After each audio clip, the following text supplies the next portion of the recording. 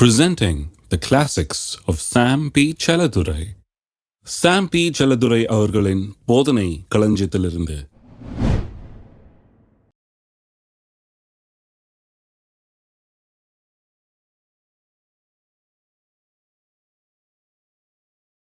நாம் ஜெபித்த பிறகு நம்முடைய எல்லா எண்ணங்களும் விருப்பங்களும் நாம் கேட்டவைகளை நாம் பெற்றுக்கொண்டோம் என்கிறதை நமக்கு உறுதிப்படுத்தக்கூடியவைகளாக இருக்க வேண்டும். திரும்பவும் சொல்லுகிறேன், நாம் ஜெபித்த பிறகு நம்முடைய எல்லா எண்ணங்களும் விருப்பங்களும் நாம் எதை கேட்டுக்கொண்டோமோ அது நம்முடையது என்கிற எண்ணத்தை அஃபர்ம் பண்ணுகிறதாக, உறுதிப்படுத்துகிறதாக இருக்க வேணும். அதற்கு எதிராக இருக்கக்கூடாது. பிசாசானவன் எப்படியாவது நம்முடைய எண்ணங்களின் மூலமாக நம்மை மேற்கொள்ள பார்க்கிறான். எண்ணங்களின் மூலமாக நாம் நினைத்ததை அடையாதபடிக்கு தடை செய்ய பார்க்கிறான். எப்படியாவது சஞ்சலப்படுத்தி, எப்படியாவது சந்தேகத்தை உண்டாக்கி, எப்படியாவது பாரப்படுத்தி, கவலைப்படுத்தி, விசுவாசம் வேலை செய்யாம என்னென்ன படுத்தணுமோ அவ்வளத்தையும் படுத்தி நாம் நினைத்ததை அடைய முடியாமல் செய்து விட வேண்டும் என்றுதான் அவன் முயற்சித்துக் கொண்டிருக்கிறான். ஆகவேதான் நான் சொல்லுகிறேன், நான் என்னத்தை நினைச்சேனோ, என்னத்தை விரும்பினேனோ, என்னத்தை மனசுல வச்சேனோ அதை அடைந்தே தீர்வேன்ற ஒரே தீர்மானமா இல்லை என்றால் ஜெபத்திற்கு பதிலை பெற்று அனுபவிக்க முடியாது. பிலிப்பியர் 4ஆம் அதிகாரம் 6ஆம் வசனத்திலிருந்து, நீங்கள் ஒன்றுக்கும் கவலைப்படாமல் எல்லாவற்றையும் குறித்து உங்கள் விண்ணப்பங்களை ஸ்தோத்திரத்தோட கூடிய ஜெபத்தினாலும் வேண்டுதலினாலும் தேவனுக்கு தெரியப்படுத்துங்கள். இங்க பாருங்க, ஜெபம் பண்ணும்போது கவலைப்படாமல் ஜெபம் பண்ணுங்கள்னு சொல்லி இருக்குது. கவலையும் ஜெபமும் ஒன்னா போக முடியாது. சில சொல்றாங்க, நான் கவலையோடு ஜெபம் பண்ணிட்டு இருந்தேன் பிரதர். கவலையோட ஜெபம் பண்ணாதீங்க பிரதர், கவலைப்படாமல் ஜெபம் பண்ணுங்கன்னு சொல்லியிருக்கு. கவலையும் ஜெபமும் ஒன்றும் சேர முடியாது. ஏன்னு சொன்னா, ஜெபமும் விசுவாசம் தான் ஒன்னா சேர முடியும். ஜெபமும் சந்தேகமும் ஒன்னா சேர முடியாது. ஜெபமும் கவலையும் ஒன்னா போக முடியாது. இது ரெண்டு மேட்சே ஆகாது. அதனால தான் வேதவசனம் சொல்லுது, ஒன்றை குறித்தும் கவலைப்படாமல் எல்லாவற்றை குறித்தும் ஜெபம் பண்ணுங்கள். எல்லாம் சொல்லுவோம், ஒன்றை குறித்தும் கவலைப்படாமல் எல்லாவற்றை குறித்தும் ஜெபம் பண்ணுங்கள். ஏன் அப்படி சொல்லி இருக்குது? ஏன் கவலைப்படாமல் கவலைப்பட்டா என்ன? ஜெபம் பண்றோம், கடவுள் பதில் சொல்ல தர போறாரு, கவலை என்ன பண்ண போகுது அப்படின்னு சிலர் கேட்கலாம். நான் சொல்றேன், கவலை உங்களுடைய விசுவாசத்துக்கு தடையா இருக்க போகிறது. நீங்கள் கேட்டுக்கொள்கிறதை பெறாமல் உங்களை தடுக்க போகிறது. அதனாலதான் வேதவசனம் போதிக்கிறது, ஒன்றை குறித்தும் கவலைப்படாமல் எல்லாவற்றை குறித்தும் ஜெபம் பண்ணுங்கள். ஏன்னு சொன்னா, விசுவாசத்துக்கு தடையா இருக்கிறது கவலைகள், பாரங்கள் எல்லாம். ஒன்றை குறித்து கவலைப்படாமல் எல்லாவற்றை குறித்து உங்கள் விண்ணப்பங்களை ஸ்தோத்திரத்தோடு கூடிய ஜெபத்தினாலும் வேண்டுதலாலும் தேவனுக்கு, அப்பொழுது எல்லா புத்திக்கும் மேலான தேவ சமாதானம் உங்கள் இருதயங்களையும் உங்கள் சிந்தைகளையும் கிறிஸ்து இயேசுவுக்குள்ளாக காத்து கொள்ளும். இருதயமும் சிந்தையும் கிறிஸ்து இயேசுவுக்குள்ளாக காத்து கொள்ளப்படும். நல்லா யோசித்து பாருங்க, காக்க வேண்டும் இருதயத்தை சிந்தையும். இருதயத்தை எல்லா காவலுடன் காத்துக்கொள், அதிலிருந்து ஜீவ ஊற்று புறப்படும் என்று சொல்லி இருக்கிறது நீதிமொழிகள் 4ஆம் அதிகாரத்தில். இங்க சொல்லி இருக்கிறது, இருதயத்தை சிந்தையும் காத்துக்கொள்ளுமா? எது காத்துக்கொள்ளும்?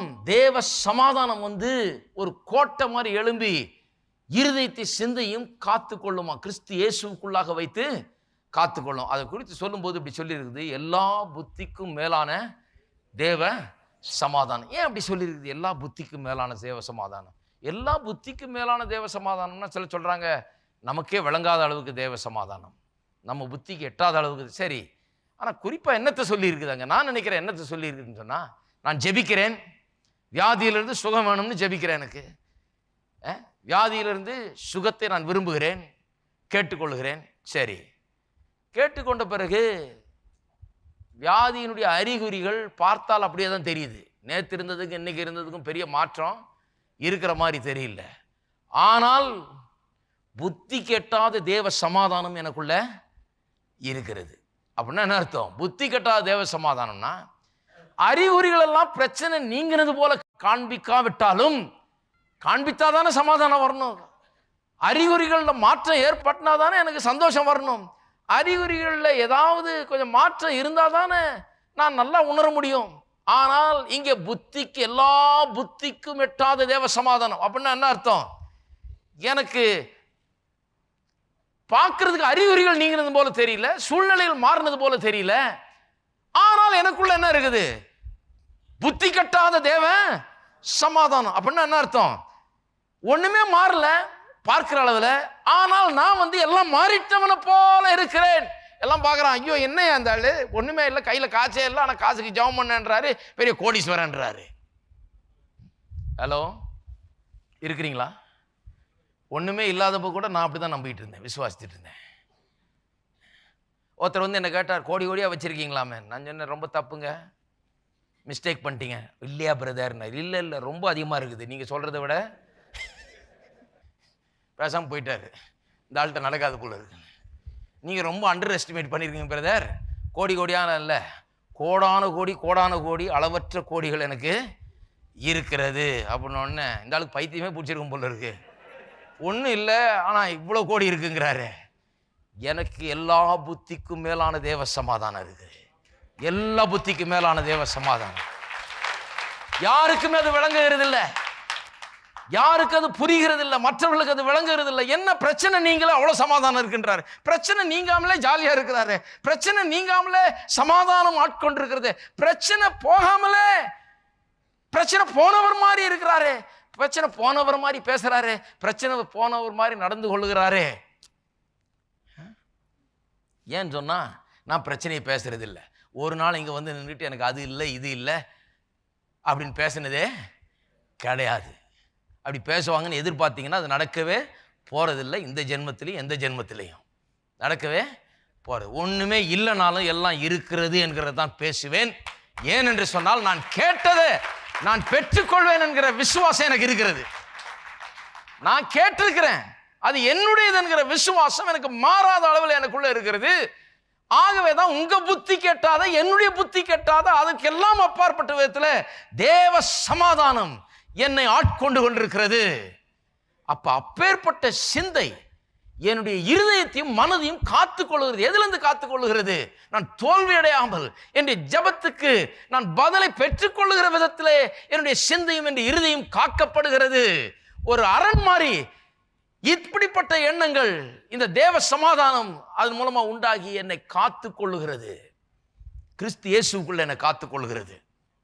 எல்லா புத்தி கெட்டாத தேவ சமாதானம். எல்லாரும் சொல்லுங்க, எல்லா புத்தி கெட்டாத தேவ சமாதானம். சிலர் சொல்றாங்க, ஐயா காசே இல்லாம எனக்கு கோடான கோடி இருக்குதுன்னு சொன்னா எப்படி? அது எப்படியா சொல்றது? மற்றவங்க என்ன நினைப்பாங்க? அவங்க ஏதாவது யோசித்துக்கிட்டாங்கன்னா, யோசித்து என்ன பண்ண போறாங்க? இப்ப மட்டும் நான் உங்களுக்கு வேண்டியதை அவங்க கொடுத்துட்டாங்களா? ஹலோ, பக்கத்து வீட்டுக்காரர் என்ன யோசிப்பாருன்னு யோசிக்கிறீங்க? அவர் என்ன உங்களுக்கு என்ன ஏதாவது கொடுக்குறாரா? அவர் என்ன யோசித்து என்ன பயன் உங்களுக்கு? அவர் என்னவாது யோசித்துக்கிட்டோம். நீங்க என்ன யோசிக்கிறீங்க என்னதான் முக்கியமோ ஒழிய அவங்க என்ன யோசிக்கிறாங்கன்றது உங்களுக்கு முக்கியமே கிடையாது. உங்களுடைய எண்ணம், நீங்கள் என்ன யோசிக்கிறீர்கள், உங்களுடைய பிரச்சனைகள் குறித்து உங்களுடைய எண்ணம் என்ன? அதனால தான் சொல்லியிருக்கு, எதை குறித்தும் கவலைப்படாமல். எல்லாம் சொல்லுங்க, எதை குறித்தும் கவலைப்படாமல். எதை குறித்தும் கவலைப்படாமல் எல்லாவற்றையும் குறித்து ஸ்தோத்திரத்தோட கூடிய விண்ணப்பத்தை தேவனுக்கு நீங்கள் தெரியப்படுத்துங்கள். எல்லாம் அங்கே தெரியப்படுத்துங்கள், ஸ்தோத்திரத்தோடு தெரியப்படுத்துங்கள். ஏன் ஸ்தோத்திரம் கூடிய வந்த பிறகு தானே ஸ்தோத்திரம். நம்ம என்ன யார்ட்டையா ஒருத்தர் ஏதாவது கொடுத்த பிறகு தான் தேங்க்யூன்றோம். ஆனால் ஜபம் அப்படி கிடையாது. கேட்கும் போதே ஸ்தோத்திரமும் போயிடுது, தேங்க்யூவும் சேர்ந்தே ஜபம். ஏன்னு சொன்னால், ஒரு ஆள்கிட்ட நம்ம கேட்டிருக்கிறோம், அவர் கொடுப்பாரான்னு பார்த்துட்டு தான் தேங்க்யூ சொல்கிறோம். ஏன்னா சில நேரம் கொடுக்குறாரு, சில நேரம் கொடுக்குறது இல்லை. ஆனால் இவர் கொடுக்குறேன்னு சொல்லி இருக்கிறாரு, அதனால் நிச்சயம் கொடுப்பாரு. அதனால கேட்கும் போதே, ரிக்வஸ்ட்டை வைக்கும் போதே தேங்க்யூ சேர்த்து வச்சிடறோம். இருக்கீங்களா? அப்ப தேங்க்யூன்னு சொல்லும் போதே இந்த அளவுக்கு நாம் விசுவாசிக்கிறோம் என்கிறது விளங்குகிறது. ஸ்தோத்திரத்தோட கூட உங்கள் விண்ணப்பங்களை தேவனுக்கு தெரியப்படுத்துங்கள். அப்பொழுது எல்லா புத்திக்கும் மேலான தேவ சமாதானம் உங்கள் இருதயங்களையும் உங்கள் சிந்தைகளையும் கிறிஸ்து இயேசுவுக்குள்ளாக காத்துக்கொள்ளும். கிறிஸ்து இயேசுவுக்குள்ளாக சிந்தைகள் காக்கப்பட வேண்டும். எல்லா சிந்தையும் அவருக்குள்ளா இருக்க வேண்டும். எல்லா சிந்தையும் ஏற்றதாக, உகந்ததாக, நீங்கள் எதை கேட்டுக்கொள்ளீர்களோ அதை பெற்றுக்கொள்வீர்கள், அது உங்களுடையது என்கிற அதை உறுதிப்படுத்தக்கூடிய சிந்தைகளாக இருக்க வேண்டும். அதற்கு உகந்த சிந்தைகளாக இருக்க வேண்டும். பாருங்க, கடைசியாக சகோதரரே 8ஆம் வசனம், உண்மை உள்ள விளைவைகளோ, ஒழுக்கம் உள்ள விளைவைகளோ, நீதி உள்ள விளைவைகளோ, கற்புள்ள விளைவைகளோ, அன்புள்ள விளைவைகளோ, நற்கீர்த்தி உள்ள விளைவைகளோ, புண்ணியம் எதுவோ, புகழ் எதுவோ, அவைகளையே சிந்தித்து கொண்டிருங்கள்.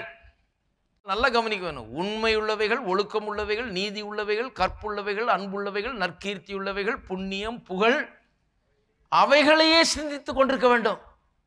அவைகளையெல்லாம் அவைகளை மட்டுமே, வேற எதையும் சிந்தித்து. அதில் முக்கியமான ஒரு பாயிண்ட் சொல்ல போறேன் இன்னைக்கு, சரியா புரிந்து கொள்ளுங்கள். உண்மை உள்ளவைகள் அவைகளோன்னு சொன்ன உடனே சிலர் சில காரியங்கள் உண்மைன்றதுனால அதை சிந்தித்து கொண்டிருக்கிறார்கள். அவர் இப்படி பண்ணிட்டாராயா, இவர் இப்படி பண்ணாராம், அந்த அம்மா இப்படி பண்ணாங்களாம். அது உண்மைதாங்க. உண்மை உள்ளவைகள் எவ்வளோ சிந்தித்து கொண்டிருக்கிறீர்கள் அப்படி சொல்லி இல்லைங்க. எதை சிந்தித்து கொண்டிருக்கிறீர்களோ அவைகளிலே எல்லாம் இருக்க வேணும். உண்மையும் இருக்க வேணும், ஒழுக்கமும் இருக்க வேணும், நீதியும் இருக்க வேணும், கற்பும் இருக்க வேணும், அன்பும் இருக்க வேணும், நற்கீர்த்தியும் இருக்க வேணும், புண்ணியமும் இருக்க வேணும், புகழும் இருக்க வேணும். எல்லாம் எதில் இருக்குதோ அதை மட்டும் தான் செய். ஏதாவது ஒன்று உண்மைன்னு நினச்சிட்டு அதையும் சிந்தித்து கொண்டிருக்க கூடாது. வெறும் உண்மையாக மட்டும் இருந்தால் போதாது, அது ஒழுக்கம் உள்ளதாகவும் இருக்க வேண்டும். ஒழுக்கமும் உண்மையும் மட்டும் இருந்தால் போதாது, அது நீதி உள்ளவளாகவும் இருக்க வேண்டும். உண்மை ஒழுக்கம் நீதி மட்டும் இருந்தால் போதாது, அது கற்புள்ள விழாவும் இருக்க வேண்டும். உண்மை ஒழுக்கம் நீதி கற்பு மட்டும் இருந்தால் போதாது, அது அன்புள்ள விழாவும் இருக்க வேண்டும். உண்மை ஒழுக்கம் நீதி கற்பு அன்பு மட்டும் இருந்தால் போதாது, நற்கீர்த்தி உள்ள விழா இருக்க வேணும். இதெல்லாம் இருந்தும் போதாது, புண்ணியமாக இருக்க வேண்டும், அது புகழ்ச்சிக்குரியதாக இருக்க வேண்டும். இப்படிப்பட்டவைகளை மட்டுமே சிந்தித்து கொண்டிருக்க வேணும். அப்படி ஏதாவது தெரியுமா உங்களுக்கு? ஒன்னே ஒன்றில் தான் அது வரலாம் இருக்குது. கர்த்தருடைய வார்த்தையில மட்டும்தான் அது இருக்கு. அதையே சிந்தித்துக் கொண்டிருங்கள். எண்ணத்தை காக்க வேண்டும், கிறிஸ்து இயேசுவுக்குள் காக்க வேண்டும். தேவ சமாதானம் ஒரு கோட்டை போல, சமாதானம் ஒரு கோட்டை போல எழும்பி உங்கள் சிந்தையும் உங்கள் இருதயத்தையும் கிறிஸ்துவுக்குள் வைத்து காக்கும். புத்தி கட்டாத சமாதானம் எல்லாம் பார்க்குறவங்களும் ஆச்சரியப்படுவாங்க. அவங்களுக்கு விளங்காது, உங்களுக்கே விளங்காது என்ன இப்படி இருக்குதுன்னு. ஆனால் அது அப்படிதான். ஏனென்றால் உள்ளத்தில் ஆழமான நிச்சயம் வந்து விட்டது. நான் கேட்டுக்கொண்டதெல்லாம் என்னுடையது, நான் கேட்டுக்கொண்டதெல்லாம் என்னுடையது என்கிற நிச்சயம் எனக்கு உண்டாயிருக்கிறது. அதான் விசுவாசம். அது எனக்கு சொந்தமாகி விட்டது என்கிற நிச்சயம், அது என்னுடையது என்கிற நிச்சயம், நான் கேட்டதையெல்லாம் பெற்றுக்கொள்வேன் என்கிற நிச்சயம். அதையே தான் சிந்திக்க வேண்டும். அடுத்த வசனத்துக்கு போவோம். பிசாசை எதிர்த்து நிற்க வேண்டும். யாக்கோபு 4ஆம் அதிகாரம் 7ஆம் வசனம். ஆகையால் தேவனுக்கு கீழ்ப்படிந்திருங்கள், பிசாசுக்கு எதிர்த்து நில்லுங்கள், அப்பொழுது அவன் உங்களை விட்டு ஓடி போவான். பிசாசுக்கு எதிர்த்து நில்லுங்கள்னா எப்படி எதிர்த்து நிற்க போறீங்க? பிசாசு யாரு? அவன் யாராவது ஒரு உருவமா நின்னா பரவாயில்ல, அவனை எதிர்த்து நிற்கலாம். அவனை எப்படி எதிர்த்து நிற்கிறது கொஞ்சம் யோசித்து பார்க்க வேணும். பிசாசை எதிர்த்து நில்லுங்கள் இங்கேயும் சொல்லி இருக்குது, 1 பேதுரு 5 9ஆம் வசனத்தில் சொல்லி இருக்குது. விசுவாசத்தில் உறுதியுள்ளவர்களாயிருங்கள், அவனை எதிர்த்து நில்லுங்கள்னு சொல்லி இருக்குது. அப்ப பிசாசை எதிர்த்து நிற்கிறதுனா எப்படி எதிர்த்து நிற்கிறது?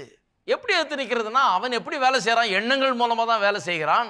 அந்த எண்ணங்களை எதிர்த்து நிற்கும் போது, அவன் கொடுக்கிற எண்ணங்களையும் யோசனைகளையும் பாரங்களையும் நிராகரிக்கும் போது, புறம்பே தள்ளுகிற போது, அவைகளை ஏற்றுக்கொள்ள மாட்டேன் என்று தள்ளுகிற போது, அவைகளுக்கு எதிராக இருக்கிற தேவனுடைய வார்த்தையை அறிக்கை செய்யும் போது, அதை பாடும் போது, தேவனை துதிக்கும் போது, ஸ்தோத்தரிக்கும் போது அவனை எதிர்த்து நிற்கிறோம்.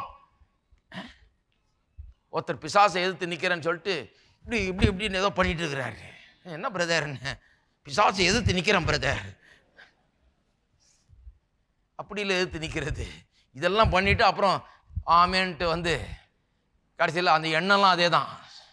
சந்தேகத்தின் எண்ணம், பயத்தின் எண்ணம், தோல்வியின் எண்ணம். அப்போ பிசாசு நல்லா வேலை செஞ்சிட்டு இருக்கிறான். இவர் என்னமோ சிலம்படிக்கிறவன் மாதிரி பிசாசு ஊயின்ட்டு இருக்கிறாரு. என்னன்னு சொன்னா, ஜபத்தில் எதிர்த்து நிற்கிறேன் பிரதர், அவனோட எதிர்த்து போராடிட்டு இருக்கிறேன் பிரதர் அப்படிங்கிறாரு.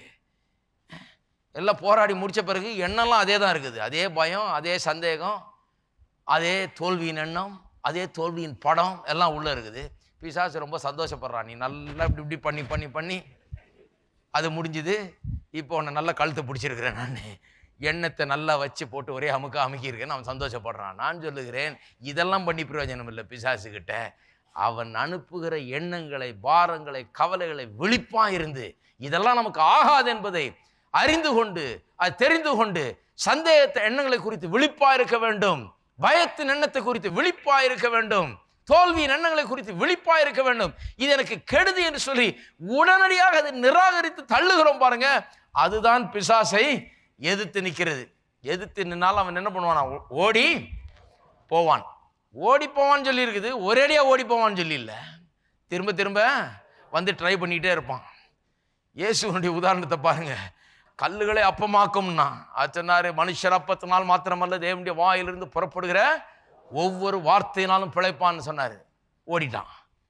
அதுக்கப்புறம் இந்த சப்ஜெக்டே எடுக்கலாம, ஆனால் வேற சப்ஜெக்டுக்கு வர்றான். இப்போ நான் சொல்லுகிறேன், ஆகவே தான் இந்த போராட்டம் என்றது கான்ஸ்டன்டா இருக்குது. தினந்தோறும் இன்னைக்கு ஜெயித்துட்டா போதாது, நாளைக்கு அதை ஜெயித்து தான் ஆக வேண்டும். தினந்தோறும் இது ஒரு வாழ்க்கை முறை. பாருங்க, ஜெபம் என்கிறது ஏதோ வந்து நான் கண்ணீர் விட்டு புலம்பி தேவனத்தில் அவர் பாதத்தில் நான் கண்ணீர், என்கிற கண்ணீர் ஒருத்தர் சொல்றார் ஆராய் ஓடுகிறது. கர்த்தர் இந்த ஆராய் ஓடுகிற கண்ணீரை பார்த்து அவர் என்னை ஆற்றி தேற்றினார் அப்படின்றார். நான் சொல்றேன், கண்ணீர் ஆறா ஓடி பிரயோஜனம் கிடையாது, எண்ணங்கள் சரியா இருக்க வேண்டும். பாருங்க, வெறும் கண்ணீருக்கு கர்த்தர் பதில் தர்றேன்னு சொல்லல. கர்த்தர் உங்களுக்கு நீங்க கண்ணீர் விடுறதுக்கு முன்னாடியே அவர் பதில் தர்றேன்னு சொல்லிட்டாரு. நீங்க கண்ணீர் விடுறதுக்கு முன்னாடியே அவர் உங்களுக்கு பதில் தர்றதுக்கு ஆயத்தமாக இருக்கிறார். நீங்க கண்ணீர் விடுங்கன்னு அவர் ஒன்றும் சொல்லல. நீ கண்ணீர் விட்டு கேட்டாலும் உனக்கு தருவேன்னு சொன்னாரா? கிடையாது. கேளுங்கள் கொடுக்கப்படும் சொல்லிட்டாரு. அப்ப நீங்க கண்ணீர் விடுறதுக்கு முன்னால, நீங்க உபவாசம் இருக்கிறதுக்கு முன்னால, நீங்க கெஞ்சுறதுக்கு முன்னால, நீங்க புலம்புறதுக்கு முன்னால, எல்லாத்துக்கு முன்னால அவர் சொல்லிட்டார் கேளுங்கள், கேட்டுக்கொள்வது எதுவோ அது உங்களுக்கு செய்யப்படும்னு சொல்லிட்டார். அப்ப நான் என்ன பண்ணணும்? கேட்டுக்கொள்ள வேண்டும். கேட்ட பிறகு என் எண்ணங்களை கிறிஸ்து இயேசுவுக்குள் நான் காக்க வேண்டும். எதை கேட்டேனோ அதை நான் அடைவேன் என்கிற ஒரே எண்ணம் அது என்னுடையது. அதற்கு மாறான எண்ணம் ஒன்றையும் நான் என்டர்டெயின் பண்ண போகிறதில்லை. அதற்கு எதிரான எண்ணங்கள் சூழ்நிலையில் உருவாகலாம், ஒருவேளை அதற்குரிய சிம்டம்ஸ் உண்டாகலாம். இதுக்கு எதிராக தான் நடக்க போகுது, நான் நினைக்கிறதுக்கு எதிராக தான் நடக்கும் என்கிறது போன்ற ஒரு காட்சியை பிசாசான உண்டாக்குறான். ஆனாலும் எனக்குள்ள என்ன காட்சி இருக்குது? நான் நினைச்சது நிறைவேறி, நான் ஜெபித்தது நிறைவேறி, அது தேவனுடைய வார்த்தை நிறைவேறி, தேவனுடைய நாமம் மகிமைப்படுகிற அந்த காட்சியை தான் என்னுடைய மனதில் நான் வைக்க வேண்டும். அப்ப பிசாசு பாருங்க, ஓடி போவான்னு சொன்னா ஓடுறான், அப்புறம் திரும்பியும் வந்து அடுத்த நாள் வந்து வேற ஏதாவது ஒரு சப்ஜெக்ட் எடுத்துட்டு அதுல ட்ரை பண்றான். அப்புறம் அடுத்த நாள் வந்து வேற ஏதாவது ஒண்ணு கொண்டு வந்து அதுல ட்ரை பண்ணலாம். அதான் பிசாசு இயேசு இடத்துல 3 தடவை வந்தானா, வந்துகிட்டே தான் இருந்தான். ஆனால் அவரிடத்தில் ஒன்றும் காணல, வழி கரைக்கல, வகை தேடுகிறான். ஆனால் என்னிடத்தில் அவன் ஒன்றையும் காணவில்லை என்று இயேசு சொல்றார். வழி இல்லை என்கிட்ட என்ட்ரிக்கு வழியே கிடையாது, என்னுடைய வாழ்க்கையில் நுழையிறதுக்கு பிசாசுக்கு இடம் கிடையாதுங்கிறார். ஏனென்றால் இயேசு தேவனுடைய சித்தத்தை செய்கிறவர், அதை நிறைவேற்ற ஒரே நோக்கத்தோடு வாழ்ந்தவர், அதையே செய்தவர், அதையே பேசினவர், அதையே ஜெபித்தவர், அதையே எண்ணத்தில் வைத்தவர். அதற்கு மாறான எண்ணத்தை எதையும் தன்னுடைய உள்ளத்தில் அனுமதித்ததே கிடையாது. பாருங்க, யாக்கோபுல 4ஆம் அதிகாரத்தில் 2ஆம் வசனம், நீங்கள் இச்சித்தும் உங்களுக்கு கிடைக்கவில்லை, கொலை செய்தும் பொறாமை உள்ளவர்களாயிருந்தும் அடையக்கூடாமற் போனீர்கள். நீங்கள் சண்டையும் யுத்தம் பண்ணியும் நீங்கள் விண்ணப்பம் பண்ணாது இருக்கிறதுனாலே உங்களுக்கு சித்திக்கிறதில்லை. இது எத்தனை பேருக்கு விளங்கி இருக்குன்னு தெரியல. முன்ன எல்லாருக்கும் தெரிஞ்ச வசனம் தான் நினைக்கிறேன். ஆனால் என்ன சொல்றாரு? இச்சிக்கிறீர்கள், கொலை செய்கிறீர்கள், பொறாமை இருக்குது, ஆனாலும் நீங்கள் நினைக்கிறத அடையக்கூடாமல் போகிறீர்கள். என்ன சொல்றாரு? நான் சொல்றேன், நீங்கள் சண்டையும் யுத்தம் பண்ணியும் நீங்கள் விண்ணப்பம் பண்ணாமல் இருக்கிறதுனால உங்களுக்கு சித்திக்கிறது இல்லை. இதனுடைய அர்த்தம் என்ன தெரியுமா? நான் சொல்லுறேன், கொஞ்சம் கவனிங்க. அவர் சொல்றாரு, உங்களுடைய எண்ணத்தில் தப்பான எண்ணங்கள், உங்களுடைய மனதில் கொலையின் எண்ணங்கள், பொறாமையின் எண்ணங்கள், இச்சையின் எண்ணங்கள், அவருக்கு இவ்வளோ இருக்குது, இவனுக்கு இவ்வளோ இருக்குது, இது எனக்கு வேணும், அது எனக்கு வேணும், அவனுக்கு மட்டும் எப்படி வந்தது, அவர் என்ன பண்ணாரு, இவர் எப்படி கிடைச்சிது, இவருக்கு எப்படி இது, இப்படிப்பட்ட எண்ணங்கள்லாம் நிறைய இருக்குது. பாருங்க, அநேக கிறிஸ்தவர்கள் கூட இப்படிப்பட்ட எண்ணங்களால் ஆட்கொள்ளப்படுகிறார்கள். ஆவிக்குரிய கிறிஸ்தவர்களாக இல்லாதவர்கள் மற்றவர்களை குறித்த பொறாமையின் எண்ணங்கள், எரிச்சலின் எண்ணங்கள், மற்றவர்கள் நன்றாக இருக்கிறது குறித்த இவர்களுக்கு வருத்தங்கள், இதெல்லாம் உள்ளத்தில் வச்சு உள்ளத்துக்களை நிரப்பி கொண்டிருக்கிறார்கள். இங்கே யாக்கோபு சொல்றாரு, இதெல்லாம் பண்றீங்க, சண்டை யுத்தம் கொலை கூட பண்ணிடுறீங்க, பொறாமை எரிச்சல் எல்லாம் இருக்குது, ஆனா என்ன இல்லை? விண்ணப்பம் இல்லை. அப்படின்னா என்ன அர்த்தம்? ஜெபம் பண்ணி நான் ஜெபம் பண்ணதை நான் அடைவேன்ற அந்த இது இல்லை, ஆனால் தவறான எண்ணங்கள் அத்தனையும் உள்ள இருக்குது. அதனால தான் நீங்கள் நினைச்சது உங்களுக்கு சித்திக்கிறது இல்லை. எல்லாம் பண்ணி போராடுறீங்க, ஆனால் கிடைக்கிறது இல்லை அப்படிங்கிறார். அப்போ பாருங்க, யாருக்கு என்ன இருந்து எனக்கு என்ன, அதை பற்றி நான் கவலைப்படுறது இல்லை, அதை பற்றி நான் பொறாமப்படுறது இல்லை, அதை பற்றி நான் எரிச்சல் படுறதில்லை, அதை பற்றி நான் யோசித்து கூட பார்க்கறது இல்லை. ஏன்னா வேதம் என்ன சொல்லுது? உனக்கு என்ன வேண்டும்? ஹலோ, இருக்கிறீங்களா? அப்போ யாரை பற்றி நமக்கு எந்த பொறாமையும் கிடையாது, மற்றவனை பார்த்து வாயை பழக்கிறதும் கிடையாது, மற்றவனை பார்த்து இது எனக்கு கிடைக்காதுன்னு நினைக்கிறது கிடையாது. எனக்கு என்ன வேணும்? நான் என்னதான் பார்க்குறேன், எனக்கு என்ன வேணும்? கர்த்தருடைய சித்தம் என்ன என்னை குறித்து, கர்த்தருடைய வாக்குத்தத்தங்கள் என்னை குறித்து என்ன சொல்லுகிறது, எனக்கு என்ன வேணும், அதை நான் தீர்மானித்து அதை நான் விண்ணப்பம் செய்ததை நான் அடையும் வரை அதே எண்ணமாயிருந்து என் எண்ணத்தை காத்து கொண்டு நான் அதை அடையணும். அது எனக்கு சித்திக்க வேண்டும், எனக்கு கிடைக்க வேண்டும். அது வரைக்கும் நான் விட போறதில்லை. இருக்கீங்களா? 2 கொரிந்தியர் வாசிப்போம். 2 கொரிந்தியர் 10:4. எங்களுடைய போராயுதங்கள் மாம்சத்துக்கு ஏற்றவர்களாயிராமல் அரண்களை நிர்மூலமாக்குகிறதுக்கு தேவ பலமுள்ளவைகளாயிருக்கிறது. அவைகளால் தர்க்கங்களையும் தேவனை அறிகிற அறிவுக்கு விரோதமாக எழும்புகிற எல்லா மேட்டுமையும் நிர்மூலமாக்கி எந்த எண்ணத்தையும் கிறிஸ்துவுக்கு கீழ்ப்படிய சிறைப்படுத்துவர்களா இருக்கிறோம். ரொம்ப பவர்ஃபுல் வசனம் பாருங்க, ரொம்ப அற்புதமான ஒரு பகுதி. என்ன சொல்லுகிறார்? அரண்கள் நிர்மூலமாக்கப்பட வேண்டும். அரண்கள்னா கோட்டை சுவர். அரண்கள், அநேகருடைய மனதிலே அரண்கள் உருவாயிருக்கிறது. அந்த அரண்கள் என்ன? எப்பேற்பட்ட அரண்கள்? தர்க்கங்கள், தேவனை அறிகிற அறிவுக்கு விரோதமாக எழும்புகிற எல்லா மேட்டுமையான எண்ணங்கள், இதுதான் அரண்கள். அநேகருடைய உள்ளங்களிலே, மனங்களிலே இப்படிப்பட்ட அரண்கள் உருவாகி இருக்கிறபடினாலே தேவனுடைய ஆசீர்வாதத்தை பெற முடியாத நிலையில் இருக்கிறார்கள். கோட்டை போல எழும்பி இருக்குது சந்தேகங்கள், கோட்டை போல எழும்பி இருக்குது பயங்கள், கோட்டை செவர் போல எழும்பி இருக்கிறது அவர்களுடைய பாரங்கள், கவலைகள், எல்லா உலக கவலையின் எண்ணங்கள், இதெல்லாம் அப்படியே பெரிய கோட்டை மாதிரி கிளம்பி இருக்குது. இவைகளெல்லாம் நிர்மூலமாக்க வேண்டும். அப்பேற்பட்ட ஆயுதங்கள் நம்மிடத்திலே இருக்கிறது என்று சொல்லுகிறார். இந்த ஆயுதங்கள் என்ன, எப்படி நிர்மூலமாக்குகிறது? எல்லா எண்ணத்தையும் கிறிஸ்துவுக்கு கீழ்ப்படிய சிறைப்படுத்தக்கூடிய ஆயுதங்கள். அப்போ என்னுடைய போராட்டம் என்னமோ போராட்டம் அல்ல. சிலர் பாருங்க, கிறிஸ்தவர்கள் சில நேரத்தில் பண்றதெல்லாம் வேடிக்கையா இருக்குது. ஒருத்தர் சொல்றாரு, ஒரு ஏரோப்ளேன் நிறைய ஜனங்களை ஏற்றி கொண்டு வானத்தில் பறந்து வான சேனைகளுக்கு எதிராக அவர் போராடுறாராம். ஜம்போ ஜெட்டில் 747 ஒரு 300-400 பேரை ஏற்றி கொண்டு நாங்கள் பிசாசின் சேனைகளை எதிர்த்து நின்று போராட போகிறோம். அதுக்கு ஏங்க பறந்துக்கிட்டு போராடினா? அங்கே தான் எல்லா சேனைகளும் அங்கே தான் இருக்குது.